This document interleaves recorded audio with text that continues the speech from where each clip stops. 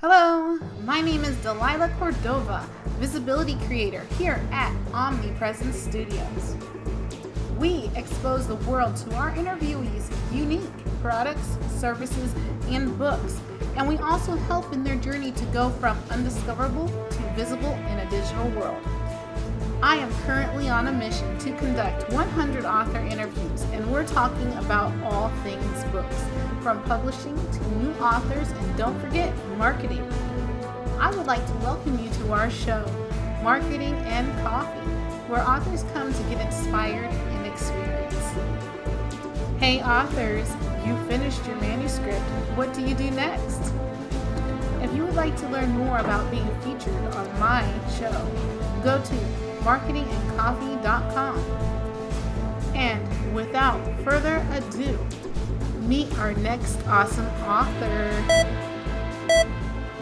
Hey guys, it's Delilah Cordova here, and today I am here with Lady Danielle Simone, and she is an awesome author of Fiction to Fame. And I am super excited to learn more about her and her books, and for you guys to go ahead and ask your questions. Give us some hearts, give us some likes, show us that you tell us where you're from, and let us know if you're enjoying the broadcast. Hey, Danielle, you want to introduce yourself? How are you? I am Great good. to be here. Oh, yeah. You want to introduce yourself and tell us a little bit about you? Yes. So Lady Danielle Simone is my name. I'm from Melbourne in Australia, where I was born and raised, and now raising my 5 children. And I'm an author of my book Fiction to Fame, and of course I'm halfway through my next one, and I'm also an entrepreneur. Woo. And she was giving me, before the show, she was giving me great advice. I really like Danielle. She knows her stuff too. We was talking about Russell Brunson, and she's really smart. But Thanks, Delilah. no problem. But her book has been seen on TV. You want to tell them a little bit about that and how that went? Okay, so my book, Fiction to Fame, is a biography on an Australian artist and author, Maureen Crawford. And Maureen just happens to be my mum. And my mum, it's called Fiction to Fame because my mum spent the last few years writing a fiction book that she's published called Way to Alternatives. And one of the reasons why I've written this biography, because mum's always been an artist since as before I was even born. And I just felt that before she became famous with being a famous author, that people need to see her art and to see what a wonderful artist that she actually is. And you're talking about being on TV, so we got on TV because of her art. Okay, I'm out of water. Yeah. It's okay. Keep the questions, help me out. You know what I like about you is that you have lady in your name. How do you get that title? I love that. One of the things I've learned since since writing my book and learning how to present yourself to the world as an author is how do you want to be? How do you want to present? And I was always in awe of Princess Diana with all the work that she did, and she showed true leadership. And I've always wanted to be not as obviously big as Diana, but to have that leadership and to go into new ventures and just have an impact on people's lives. And I always wanted to be a lady, but I never felt like I was refined enough, or I wasn't from the right blood. And then Lady Gaga came on the scene, and I thought, oh, hang on, if she can be a lady. So I got the Google out and I went on the internet and like, how do I become a lady? And I found a way to be legally titled. So it's not so much a pseudonym name, because it actually is my name, but There are privileges when you're a Scottish landowner, and one of them is that you can be legally titled. So that's my title, lady. Hold up. 'Cause I'm an American, so I don't know much about other worldly stuff besides what I see on TV. So Okay. so I can become a lady, or I gotta own land. I can You need become to a own lady. land. Oh, Yeah, you own land in Scotland, and you yeah. can call yourself a lady legally. Oh But we wow. can have I that chat want to be a afterwards. lady. Uh, I know, right? My goal for 2020 is to become a lady. I'm gonna own Scottish land. Well, Like you the already Queen of are a Scots. lady, Delilah. I know. But I want to have the title too. I want to be the Yeah, Lady well, then you Delilah. get certificates. It's kind of neat. Yeah, it's fun. It is fun. It's like I like to watch a lot of English romance, like the one called with Mary, Queen of Scots Reign. I don't know if you've seen them, but I love that. And I was like, I want to be at court, and I want Yeah, to well, travel I for the always petty. say, from a religious point of view, if we're children of God and we're heirs to the throne, and God's the King of Kings, that makes us queens. So we're already ladies. Nice. Oh, I like that. I really like that. All right, we're starting to get some people in and watching us. Hey, welcome, Brandon Buckland. And if you guys go ahead, if you have questions for Lady Danielle, let us know. Give us some hearts, give us some loves. Let us know you're here and where you're from. All right, so I'm gonna go ahead and, because I think we got a lot out for fiction to fame. I want to ask you other questions about how you are as an author and stuff like that. So I'm gonna ask you my first question, and that is does writing energize or exhaust you? And this is one of my favorite questions, so everybody probably heard this one before. Okay. So writing for me, I would most definitely say would energize me.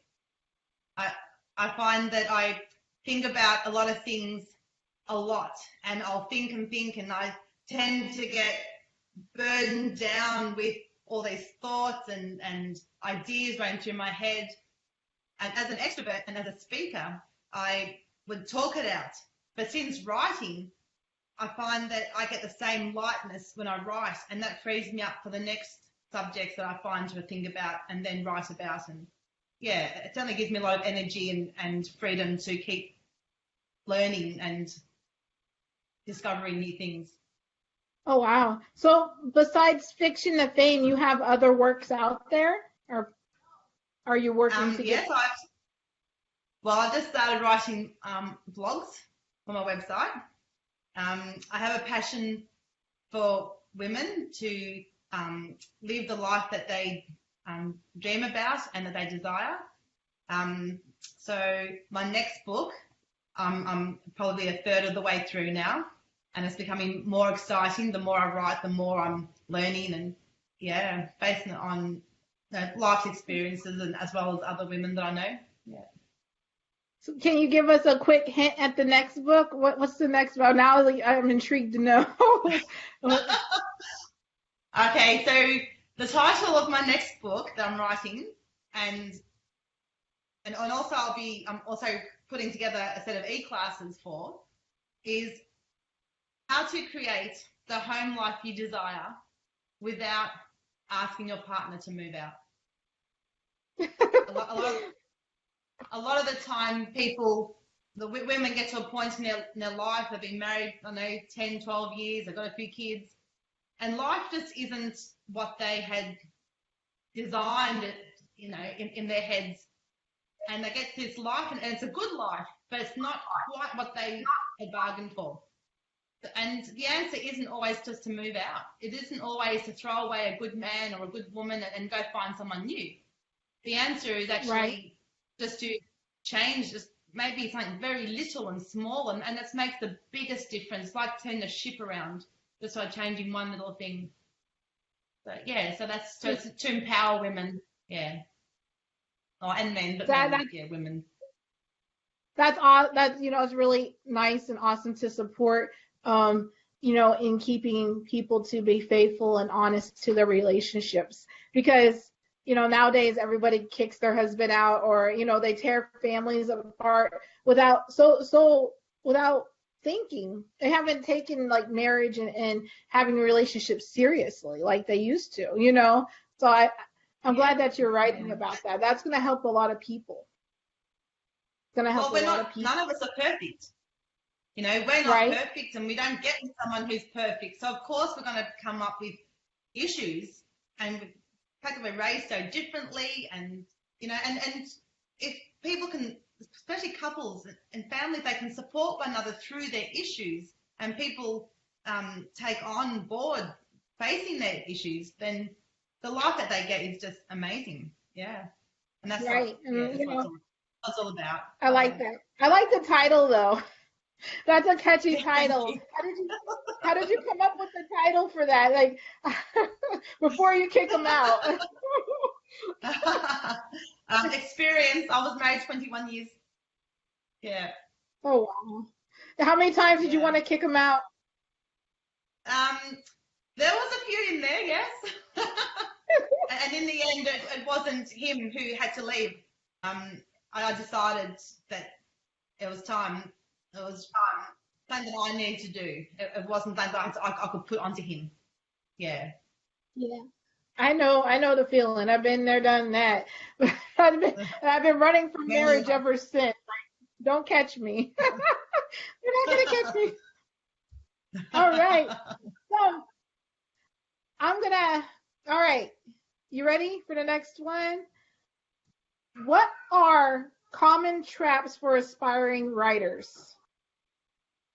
Common traps. Well, for me, Yeah. one of the most common traps for me was sitting down, ready to write, thinking about what I was going to write, thinking about how it would look on the page once the book was published, and overthinking so much that I ended up writing nothing. I didn't even start for a long time. So I didn't have the perfect sentence or the perfect start and then I was thinking one day, when I was in high school, none of my teachers saw my first draft of my essays. Great. I'm glad they didn't. So I thought, well, no one needs to see my first draft of my book. So I would just start Right. writing and scribbling and went back and adding more. And after a while, I came back and read it and thought, you know what? This is exactly what I want to say. But it wasn't the first time I sat down. Yeah, so probably the trap would be stop worrying about it, don't overthink it. If it's in your head, just get it out and you can refine it and polish it as time goes on. Yeah, that was Right. it took me a long time to Just learn that one. sit down, get it out, make it happen. See, but I can't talk because I am the worst offender at I even like trying to start writing. I try to avoid starting. what Yeah, no, like you when just I'm in the even mindset. Yeah, yeah, just it exhausts me. Delilah. Pardon? Writing exhausts me, whereas for you it energizes you. When I think about writing, I think about. Oh, really? Oh, that's hilarious. Hey, we got Lorraine Moore. She's saying hello. Hey, Lorraine. And we got Denzel M. Henderson. And Denzel M. Henderson, he is a motivational speaker that you guys might want to go check out. He has a great cause. Yeah, we got a little bit of a crowd coming in. Go ahead and give us some likes and hearts and let us know you're here, where you're from. Yeah, so I got Lady Danielle Simone here, and we are discussing Fiction to Fame, her latest book, and it was seen on TV. So if you missed out on the first portion of this interview, please go back and rewatch it because she has some great information, and she's an awesome person, and she's going to teach you how you can be a lady in the first part of this interview. Legally. But yeah. Also, Delilah, in my book, Well, in my book, I've got a section of like a showcase of my mum's paintings in the different eras. Like she started in the 60s, and then as she went through the different decades, her painting style changed. She went to the 60s to the 70s, and she went to art school in the 80s. And there was a real distinct change in the way she did her art. And it's just so lovely to go back through the different eras, all the way up until the last 8 years as well I have. And that's just great to see the growth in her, in how she started, and her current style, which is what was on the Colour in Your Life TV show, which is she's now getting an exhibition ready for later in the year. And the pictures are based on her characters and the scenes from her book, Way to Alternatives. So that's very exciting for them coming up. I think we got to get your mom on the interview show here someday. I got to have both of y'all. Can you show, you got your book with you, right? Can you take it and show it to them there so they can see what we're talking about? There you go. So that's your mom that's and you. Front. You guys, look, I'm all getting close to this here. You guys look alike. How cute. Oh, it's beautiful. Thanks, Delilah. Flip it. Like, can you show us one page or 2 pages from the pictures you're talking about? I would like to see that. Like, I gotta go and buy this book. And that's a portrait of me when I was like 4 years old. I got out of my afternoon sleeps because I posed for that picture. Aw, that's cute. Wow, she's really good. Yeah, she is. And she did portraits. That's my brother and my sister on the sides here. Oh, wow. Can you see that? Yeah, and it's more than one style too. The way she paints. Yeah. Yep. She has to be really smart and eclectic and genius. I love this era. These are amazing, these pictures. Oh yeah. Those got those energy like looking kind of pictures, like it's like energy, yeah. And then and her current picture you can see on Colour in Your Life TV show. It's beautiful. Awesomeness. Hey, did you guys enjoy that? If you want to see some more of those pictures, I'm going to drop you guys a link to her books here soon. I don't have my assistant with me today, but we're going to get that out to you so you guys can go and check it out. It's wonderful work. I'm going to order mine. The website, Delilah, is Danielle Simone. No, sorry, LadyDanielleSimone.com. Right there below her pretty face. You guys, everybody should see it right on there. Lady Danielle. Or they can find it on fictiontofame.com, which is just the name of the book. Okay, yeah. Fictiontofame.com. Perfect. Awesomeness. I can't get the video to go side by side, so I'm sorry. So that means you should be this little author. It's okay because it's all about you. There we go. Hello. All right. So, my next question. Oh, okay. Yeah. Did you ever consider writing under a pseudonym? Well, that was Lady Danielle Simone. So I've always felt to be authentic and be who I am. And that's one of the reasons why I felt it was important to get the name, the title legal, so that it would be my real name and it's my real title. Yeah. Yeah, that was so awesome. No, but yes. That's good though. That's good that, because it sets you apart, I believe, in your branding when you write under a pseudonym. But you want to keep it similar to your name so that people will recognize who you are, in real life too. Gives, gives that recognition factor. So, yeah. All right. How you feeling there? Yeah, good. I've still got lots to talk about my book because I've only brought up one point about what my book's about, but there's actually two other points I want to bring up as well when you're ready. Go ahead. Yeah. I want to hear. What's the second point? Whatever you want to say. This is your interview. Okay, so the second point of my book is growing up with a mother who's an artist. We thought we were a normal family. But when we got to school and we got to go visit other people's houses and look at how their family was, we realized, and at first we thought that they were not normal, but there's more of them than us. So, and when I speak with other people who have been children of artists for parents, we can all relate.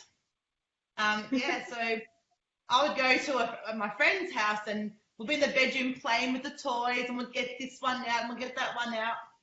And the mum would come in and go, oh, the mess! You got to clean it up. There's too much mess here. And I would look around and I'm like, where's the mess? Because at home, that wasn't considered mess.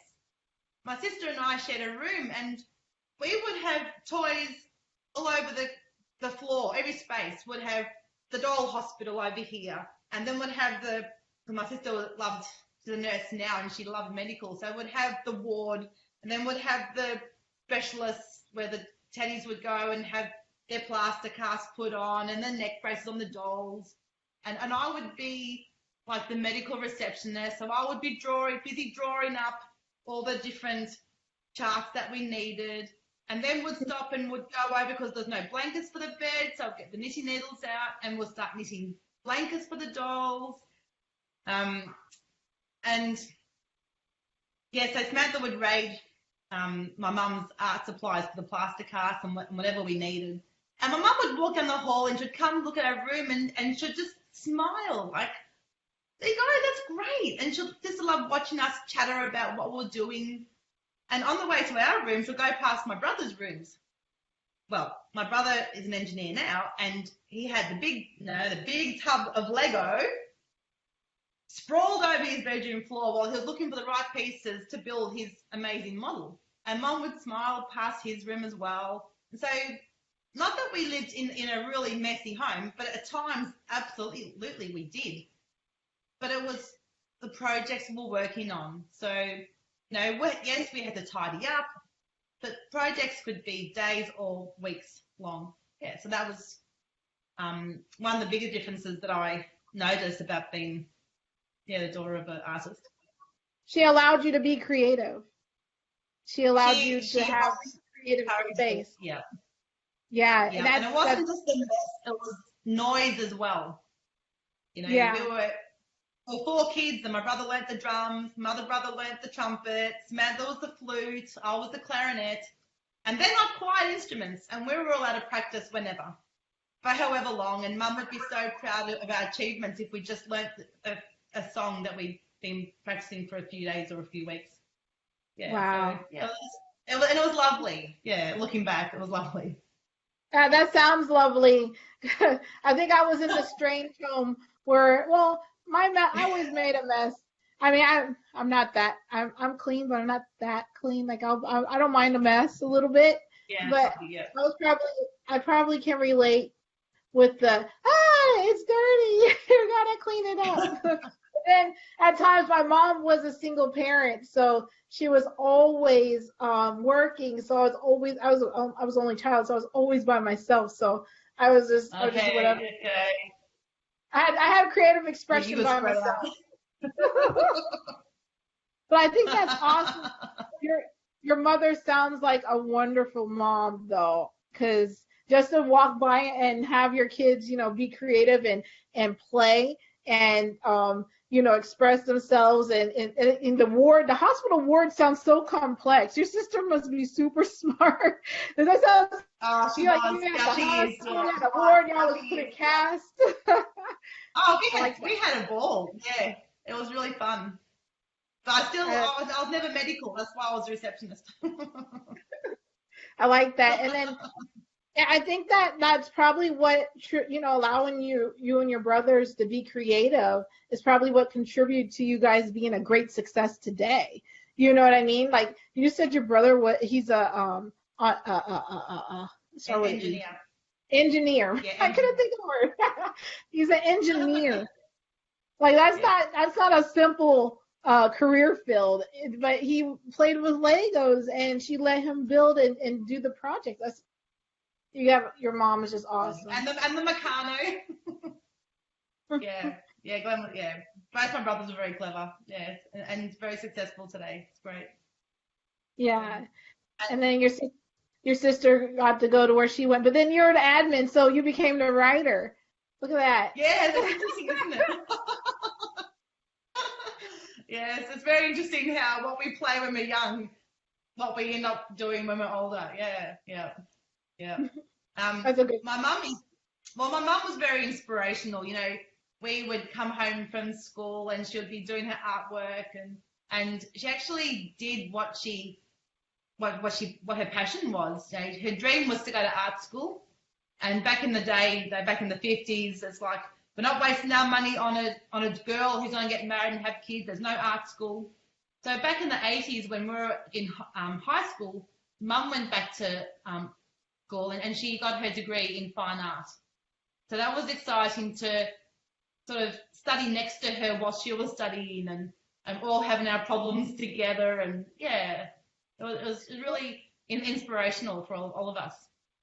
Right, because she went and she did it, and that's awesome that you got to. Because actually going through that right now, where I'm studying with my kids at the dinner table because I'm doing my master's degree, but it's the best example that you can give your children is to, at least if you're expecting them to achieve high, you must achieve high too. You know what I mean?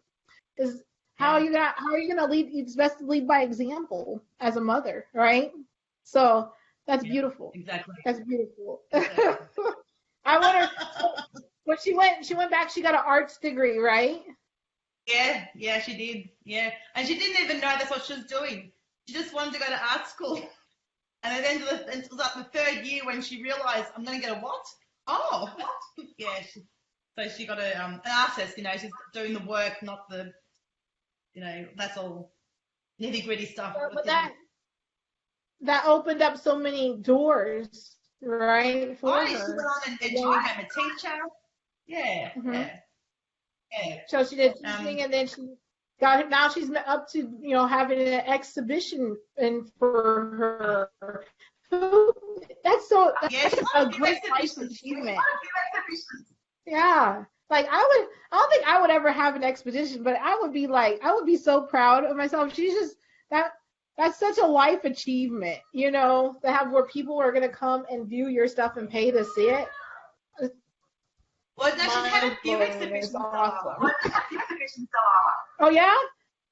Yeah, so and then she's been in many competitions with her art, and it was fun to go as a teenager and a young kid to go to where the works were on display and stand there thinking, oh my goodness, we watched that painting grow from nothing to something, and now it's on this wall of this beautiful big old building, like exhibition buildings in Melbourne. And one of the prestigious art competitions in Australia is called the Blake Prize, and her work that she put in was chosen to be in a travelling exhibition, which travelled all to every capital city in Australia, and they held them in Melbourne at the St. Paul's Cathedral, which is a beautiful big old church. And to stand there in this church with the stained glass windows and to see this beautiful, like, massive painting that she did was just, like, wow, so, real proud moment as the kids to stand there and watch that. Yeah, Right. that's one of the highlights, I think, growing up. Yeah. I bet was it like a movie to see it like with the stained glass and then everything there. Oh, Yeah. I mean, it looked nothing in our house compared to what it looked like in the church. Yeah. Yeah. oh wow. Something else that my mum, being a mum and talking about being a leader in what she does and take responsibility. In her 40s, she got very unwell and she was very overweight, and she took responsibility for herself and started, changed her diet to be healthy and showed us a new way of healthy eating. which I Oh really gosh. appreciated learning. And then when she Yeah. was in her 60s, she got very sick. And I said to her, Mum, I've learned about juicing, fruit and vegetables, that can really heal you. And so she did. She juiced for a few years, and her health that was quite severe, when she went to have the operation, it wasn't as severe as what it had been. The juicing had actually healed her body. And the doctors were just really amazed, saying, well, we had to hardly do anything because what the problem wasn't even there anymore.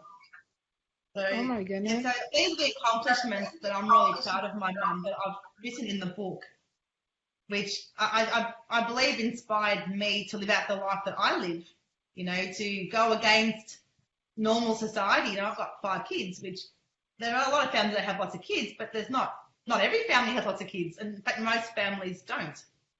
But, Right. to love what I do and to not worry about what other people are saying, don't let myself get down with that. I attribute that to my mum. Yeah.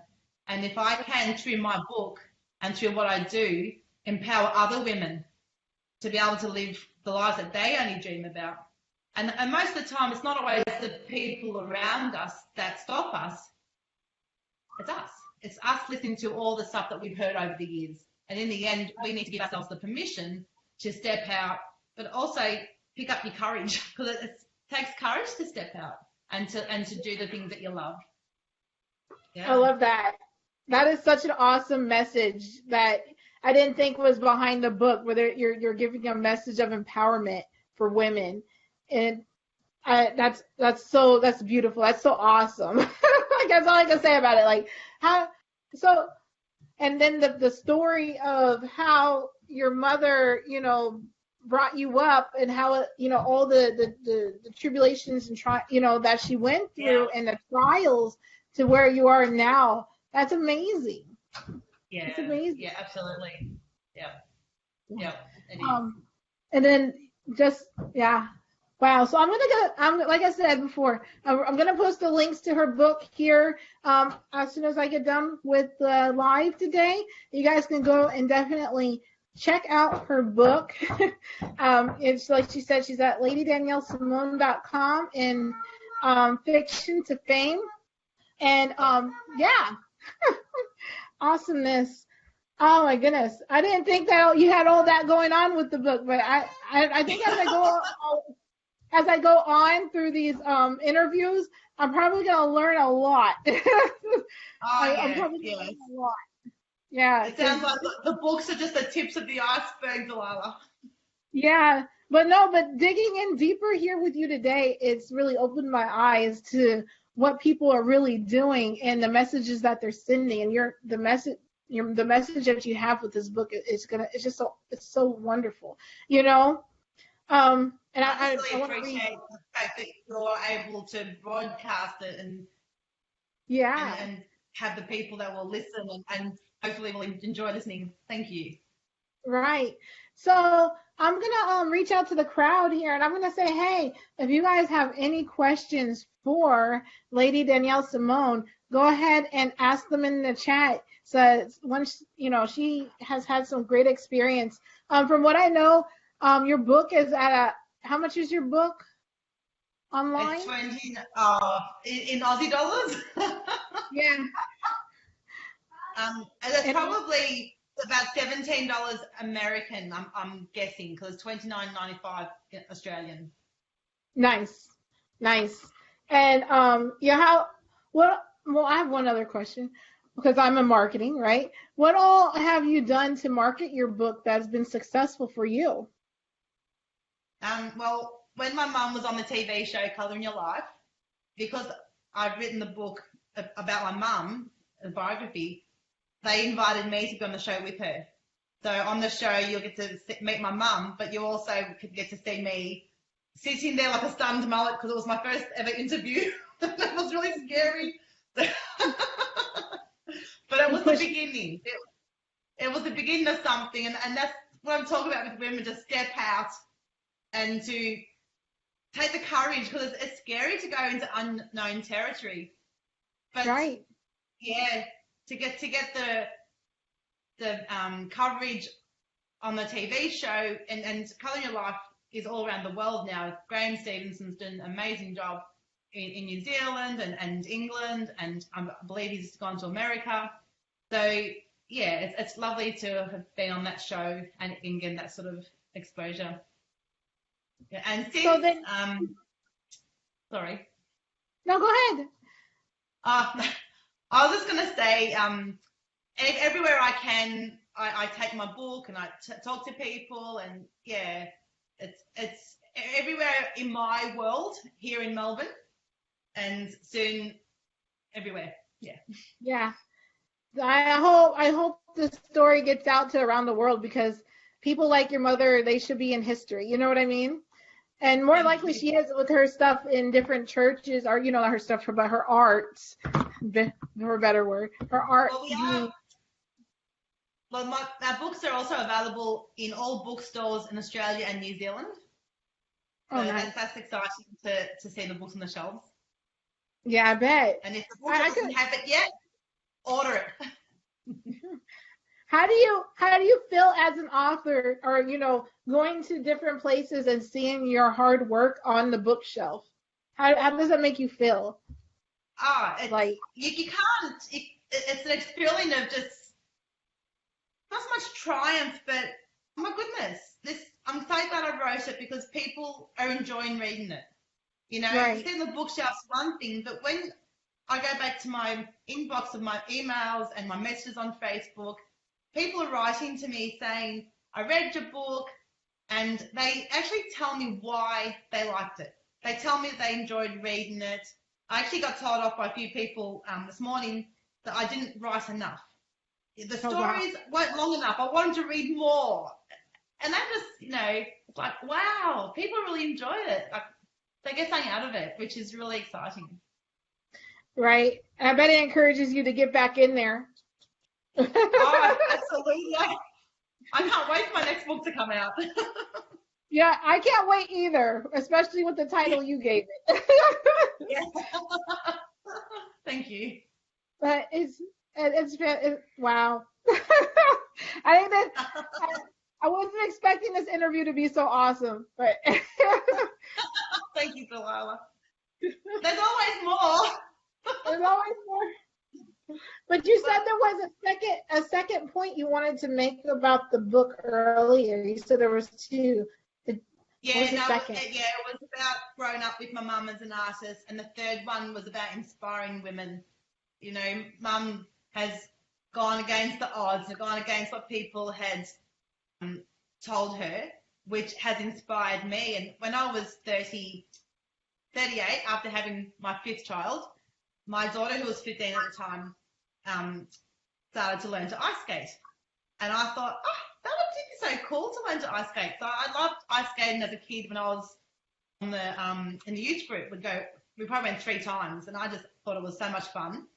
So I did lessons with my daughter, and so she went on and did ice hockey, and I was asked to skate in a synchronized adult skating team. You know, just come and skate with them and see how you go.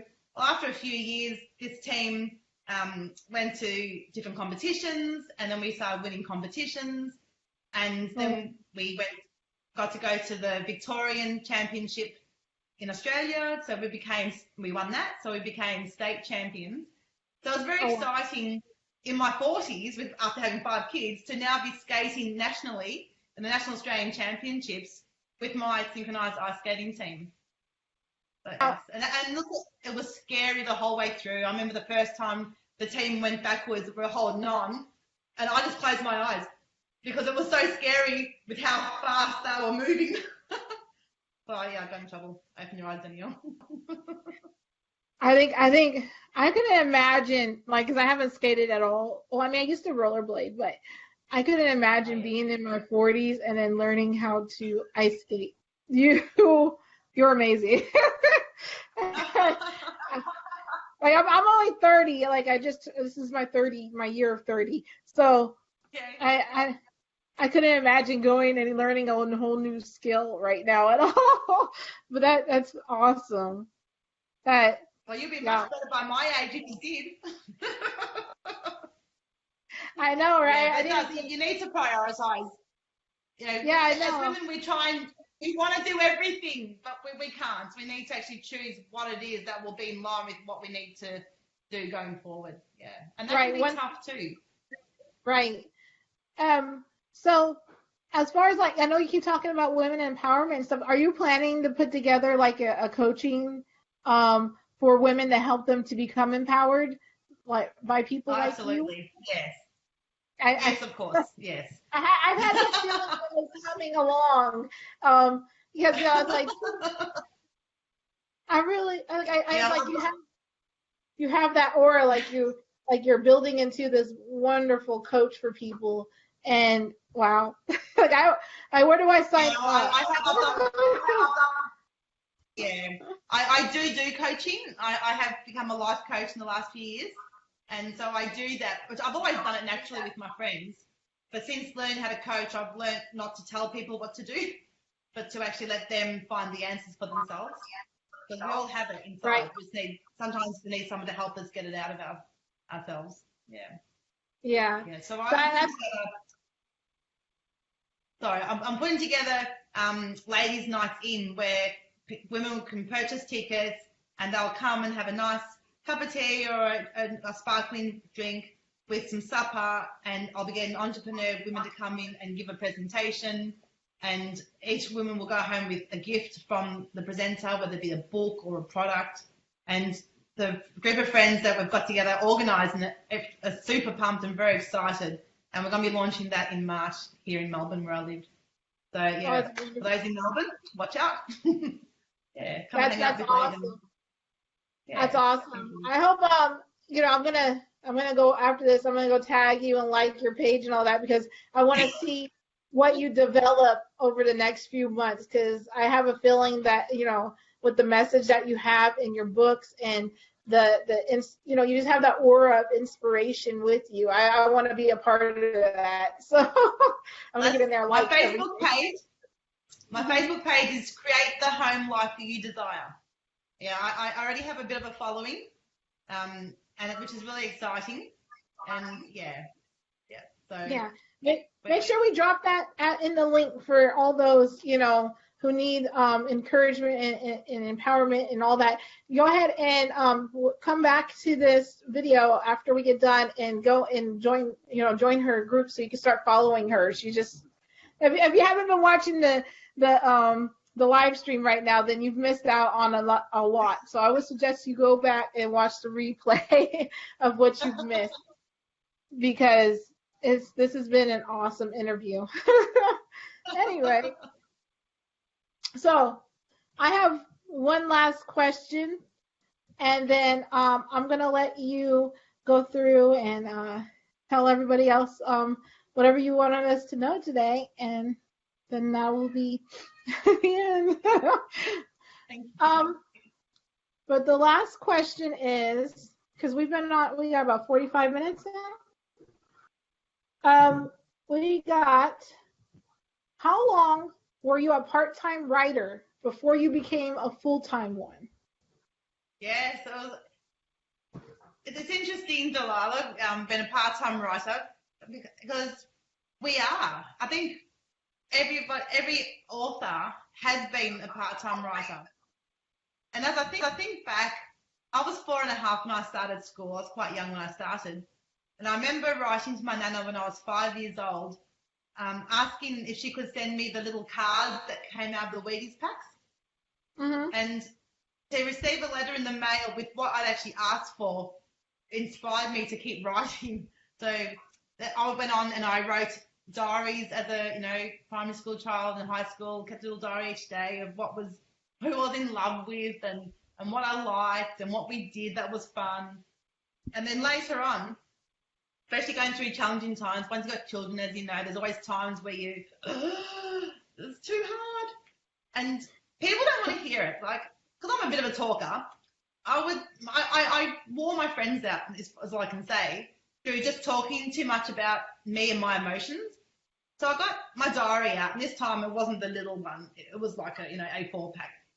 And I would start writing my feelings and my innermost thoughts. And that's how I realized the power of writing and how light I feel when I do write. But also it helped me to sort my thoughts out, helped me to work out what it was that was actually worrying me. And often what you think it is, it's not. It's actually, it's like something else, not necessarily on a deeper level, but sometimes, yeah, on a deeper level. Yeah. So yeah, that was how I started my part-time writing and how I ended up being able to get the confidence. Actually, I could write a book. If I can write down all that I write down and I want people to know what I have to say. I want them to know who my mum is. Yeah, that was when I thought, no, I'm going to do this. Right. So would you say that it was all in your mind, what was holding you back, right? From actually Always. getting... Always. Yeah. Oh, apart from maybe finances and time when you got kids, or there's always something physical. But there's always something that you can do. There's always something little that you can do which can make a big difference. And once you start the momentum, that everything else tends to fall into place. Money comes out somewhere to pay for whatever it is that's important. Time without the kids or time with the kids becomes available. Because once you focus on what you actually want, everything you do works toward it. And even those around you, when they see that you're serious and that that's what you want to do, they do get behind you. And if they don't, they usually go off somewhere else, which allows room for new friends to come and be able to support what you do. Right. Well, I would have to say that Michael Logier, who wrote Law of Attraction, my biggest client, he's going to say that that is the law of attraction at work for you. Because, you know, you attract, the principle is that you attract what you give your time, energy, and focus to, right? Yeah. And that's exactly what you just described. All of that, you know, the law of attraction working for you and bringing you what you need and what you want, you know? So that's awesome. Yeah, you can't sit back and wait for it. If you sit back and wait, you'll be sitting back waiting forever. You need to get up and get out and start doing something. And then magic happens. Yeah. So no excuses. Hashtag no excuses, guys. Get up, make it happen. Whatever you got to do, fight for it, you know, because nobody's going to do it for you. So make it happen. With one step. Yeah. Yeah. Yeah. What was that? Like Russell Brunson said, you're only one funnel away. You're only one book away, maybe one sentence away. Anything. Yeah. You're only one step away from, you know, actually reaching what you want.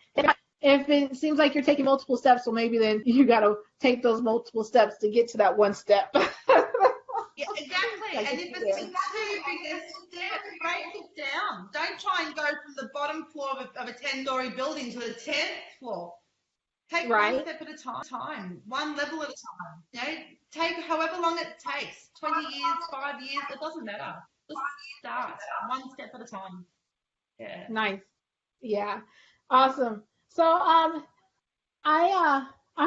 it's so awesome that today I was able to sit down with Lady Danielle Simone and talk about her book, Fiction to Fame, and about her current works and what's to come from Danielle and all her awesomeness that she has going on.